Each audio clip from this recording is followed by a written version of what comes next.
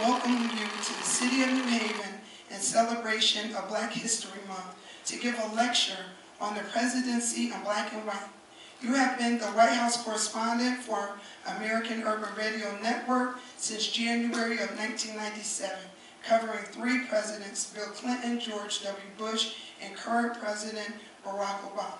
You are the first and only African-American woman who has been covering the White House for 30 years. Along with your daily responsibilities at the White House, you host a daily feature of the White House Report, which is broadcasted to AURN's nearly 475 affiliates stationed nationwide.